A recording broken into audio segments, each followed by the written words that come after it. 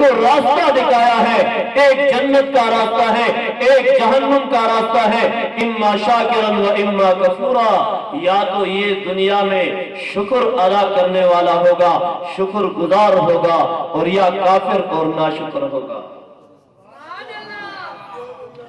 اب اللہ نے ہمیں دو راستوں کی طرف رہنمائی کی، پھر اللہ نے کیا فرمایا؟ سیدھا راستے پہ جانا ہے۔ ان ھذا القرآن یہدی للتی ہی اقوم، قرآن عظیم الشان پر عمل کرو، یہی جنت کا راستہ ہے۔ دوسرے جگہ پر فرمایا وَهَذَا كِتَابٌ أَنزَلْنَاهُ مُبَارَكٌ فَاتَّبِعُوهُ، یہ قرآن عظیم الشان ایک مبارک کتاب ہے، ہم نے اس کو اتارا ہے۔ کیوں؟ اللہ نے یہ نہیں فرمایا کہ اس کا نازل کرنے کا مقصد ہے تعویذ بنانا، ہمارے سر میں درد ہو جائے، بدن میں درد ہو جائے، جسم میں درد ہو جائے تو ہم مولوی صاحب کے پاس جاتے ہیں، پیر صاحب کے پاس جاتے ہیں، ان سے تعویذ لیتے ہیں۔ اللہ نے فرمایا قرآن میں یہ خاصیت ہے کہ قرآن عظیم الشان شفا بھی ہے، لیکن قرآن کے اتارنے کا مقصد تعویذ بنانا نہیں ہے۔ یہ الگ چیز ہے کہ قرآن کے ہر آیت میں شفا موجود ہے، اللہ نے ہر بیماری کا شفا قرآن عظیم الشان میں رکھی ہے، لیکن قرآن عظیم الشان کے اتارنے کا مقصد تعویذ بنانا نہیں ہے۔ اللہ نے فرمایا ہم نے اتارا ہے۔ اچھا کیوں اتارا ہے؟ اس لیے نہیں اتارا کہ ہم برکت کے لیے اپنے گھر میں رکھیں۔ اچھا کیوں اتارا ہے؟ اس لیے نہیں اتارا کہ ہم جنات کے دفاع کرنے کے لیے اپنے گھر میں رکھے تاکہ ہمارے گھر میں جنات نہ آئے۔ اللہ نے فرمایا ہم نے اتارا ہے۔ کیوں اتارا ہے؟ فَاتَّبِعُوهُ، قرآن کی مطابقت کرو، اس پر عمل کرو۔ قرآن عظیم الشان کو عمل کرنے کے لیے اتارا گیا ہے، اور یہی قرآن ہے۔ اللہ نے فرمایا کتب علیکم الصیام، اے ایمان والو تمہارے اوپر روزہ فرض ہے، روزہ رکھنا پڑے گا۔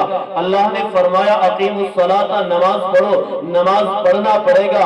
اللہ نے فرمایا وَلِلَّهِ عَلَى النَّاسِ حِجُّ الْبَيْتِ مَنِ اسْتَطَاعَ إِلَيْهِ سَبِيلًا، جو بیت اللہ کی طرف جانے کا طاقت رکھتا ہے اس پر جانا فرض ہے، یہ کرنا پڑے گا۔ اللہ نے فرمایا آتوا الزکاۃ، زکات دو۔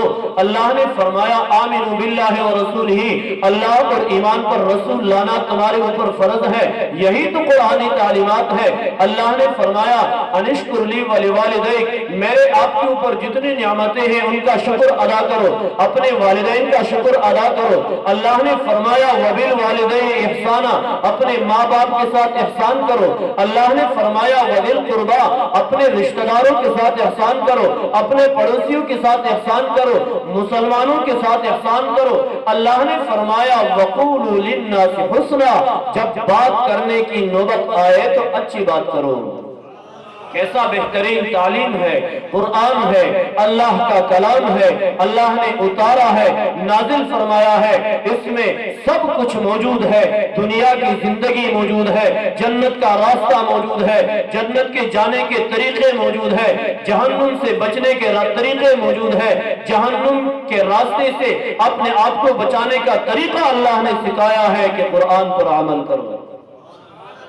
حضرت عائشہ صدیقہ رضی اللہ تعالی عنہ سے پوچھا گیا کہ نبی علیہ السلام کے اخلاق مبارکہ کیا ہے؟ صحابہ کرام ہے نبی علیہ السلام کے زندگی کے بارے میں وہ سوچتے ہیں، پوچھتے ہیں، تو حضرت عائشہ صدیقہ رضی اللہ تعالی عنہ نے فرمایا کان خلقہ القرآن، نبی علیہ السلام کے اخلاق قرآن ہے۔ قرآن میں اللہ نے جس چیز کے بارے میں حکم دیا ہے نبی علیہ السلام اسی پر عمل کرتے تھے، اور جس چیز سے اللہ نے روکا ہے اسی سے اپنے آپ کو روکتے تھے۔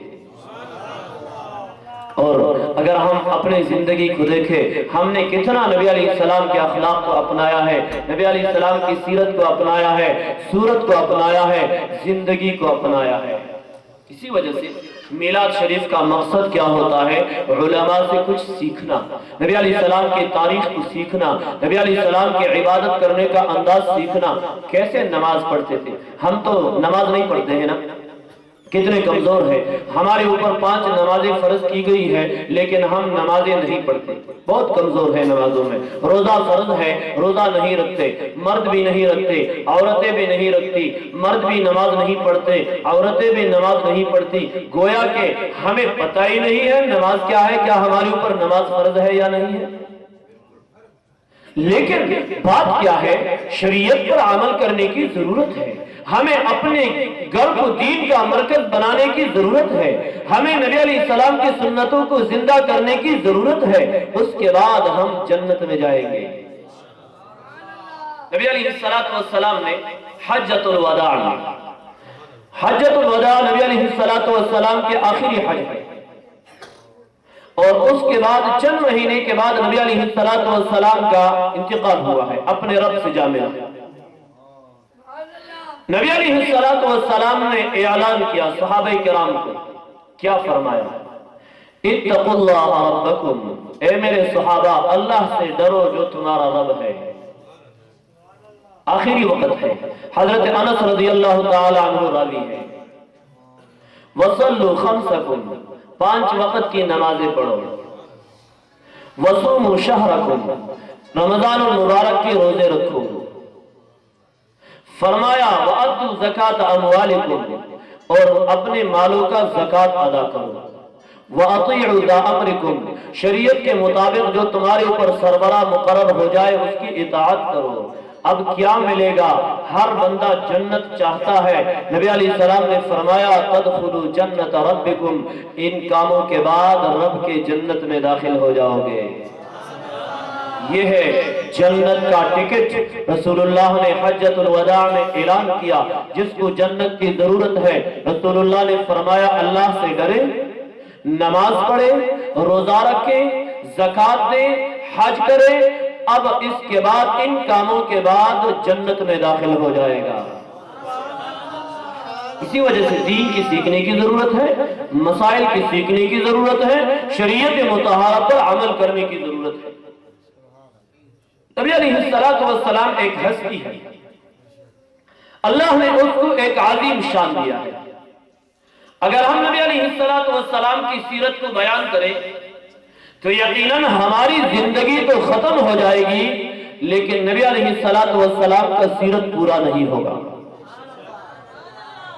یہ ہماری بس کی بات نہیں ہے کہ ہم نبی کریم صلی اللہ علیہ وسلم کی سیرت کو بیان کر سکیں. اس شان سے اللہ نے نوازا ہے. اگر اخلاق کی بات آتی ہے, اللہ نے فرمایا انک لعلی خلق عظیم, اے اللہ, اے میرے نبی, آپ کے جو اخلاق ہیں وہ بھی تو عظیم اخلاق ہیں. اگر نبی علیہ السلام کی سیرت کی بات آتی ہے, اللہ نے فرمایا لقد کان لکم فی رسول اللہ اسوۃ حسنہ, نبی علیہ السلام کے نقش قدم پر چلنے میں تمہارے لیے ایک بہترین رہنمائی ہے. اگر تم نبی علیہ السلام کے نقش قدم پر چلو گے تو یہی تمہارے لیے کامیابی کا راستہ ہے. اگر نبی علیہ السلام کے معجزات کو دیکھا جائے تو معجزات بھی تو عجیب معجزات ہیں.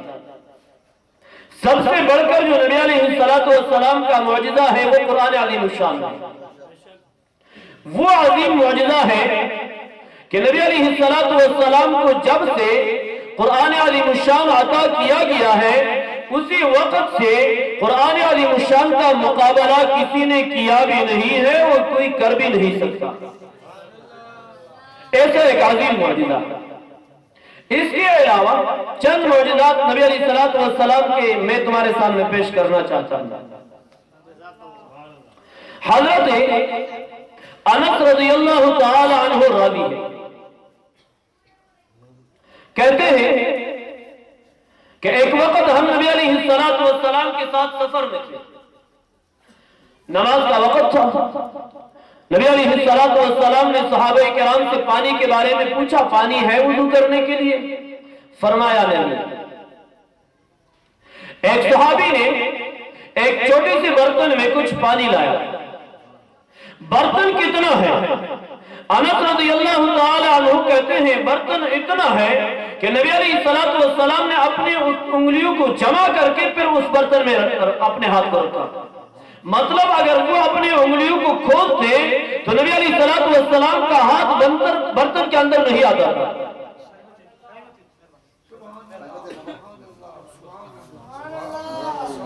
ٹھیک ہے؟ تو اب انس رضی اللہ تعالیٰ عنہ نے فرمایا اتنے